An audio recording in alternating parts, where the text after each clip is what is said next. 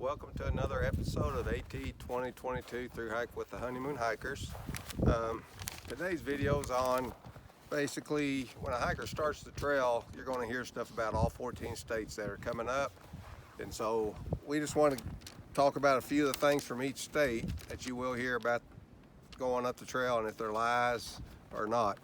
And first of all, a fun fact on the AT: highest point, Kleeman's Dome; lowest point, Bear Mountain Zoo; and the highest shelter is actually Roan Mountain Shelter. So we're going to start in Georgia first. First thing we know about Georgia is that's where through hikers' dreams die, because we know that the approach trail, and also by the time they get to Neal's Gap, a lot of hikers quit and go home. Also, it's straight up, straight down. You're going up one hill, down the other one in Georgia. And then the cool thing is these woods have eyes. And what I mean by that, there's a military group that does covert operations there, and they're not supposed to be seen.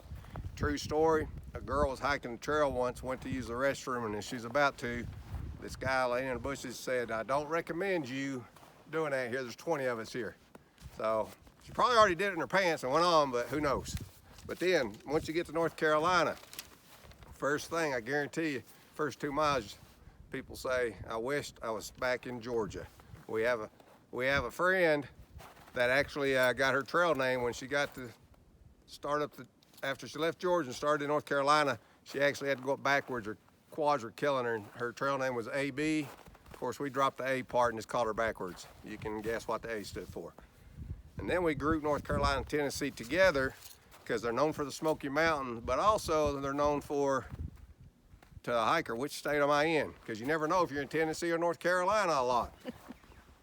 And then you make it to our home state, Virginia. You're going to hear for the 470 miles till you get there. First thing you're going to hear is when you get to Virginia, it's flat. That's a lie. Actually, the reason it's going to seem flat and you can do 20 miles a day is because you got your trail legs, and you'll be able to do 20 miles a day, and the mountains won't seem as tough anymore. And then it's also, of course, known for Damascus Trail Days. And then also the Triple Crown, Dragon's Tooth, McAfee's Knob, Tinker's Cliff. McAfee's Knob is known as the most photographed picture on the AT. And of course the Shenandoahs. And then the last thing Virginia's known for is, am I ever going to get out of this state? Because everybody knows it's 1/4 of the whole AT, and you think you're never getting out of that state, you're going to be in there at least 30 days. Now we group West Virginia and Maryland together. We know the ATC is there, but the big thing about West Virginia and Maryland that we say is, did we blink? Did we miss them 2 states? Was I really in them 2 states? Because they're so short. And that's why they got the 4-state challenge where you start in Virginia and you can make it all the way to Pennsylvania in one day if you want to do 40 miles in 24 hours. And that's just a state challenge. Now the dreaded PA, and everybody knows what that is, Rocksylvania. Pennsylvania's known for its rocks. First part's not bad, but once you get to Port Clinton, the rocks get bad, and we always joke that the trail maintainers go out there and sharpen the rocks, put them just apart, spaced apart, to where when you step, your foot goes in between, your boots get ate up and chewed up. And now you get to New Jersey. Funny thing is, as soon as you get to New Jersey, Delaware Water Gap, cross across the bridge, you cross the little sign that has New Jersey and a PA. A lot of hikers, as soon as you step over, you want to turn your backside to Pennsylvania and say, "Kiss my you-know-what, rocks." But the thing about New Jersey is you go about 3 more miles and you realize the rocks haven't stopped in Pennsylvania. And then you get to New York.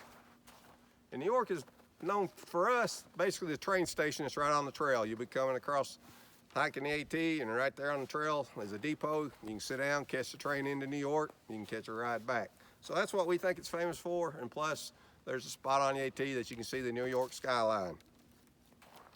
Now when you get to Connecticut, we think that when you get near Shays Rebellion, and remember this when you get close to it, you're going to be walking through this swampy area in the woods. This is the worst blood-sucking vampire mosquitoes that you're ever going to face.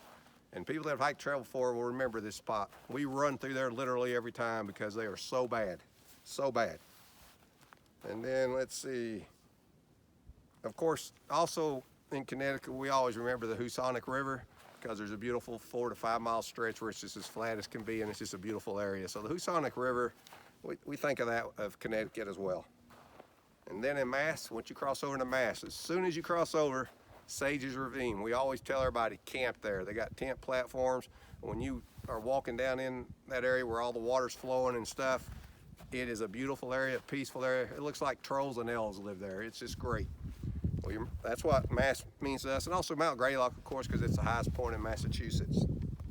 Vermont, just like PA, everybody knows Vermont is known for Vermud. Mud, mud, mud, all the time.